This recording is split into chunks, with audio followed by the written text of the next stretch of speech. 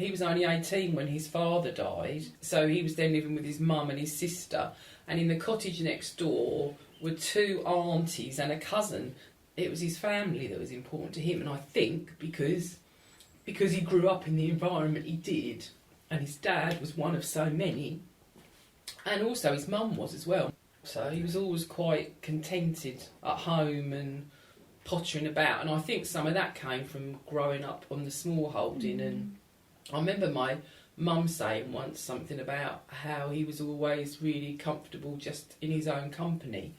And she said, I think it comes from working on the land, because often they spent a lot of time on their own and just be out on the field like hoeing or picking the fruit or doing whatever they were doing.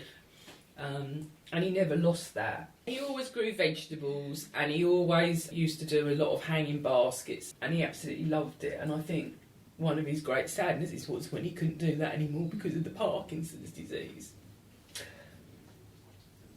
But he still loved being involved in it. There were a few bits that we'd moved from his bungalow, but he was most concerned about the rhubarb. Yeah, got to bring the rhubarb over and above everything else. It's out in the garden. We've got it in a big tub. We got a huge, great plastic thing like that and put it in.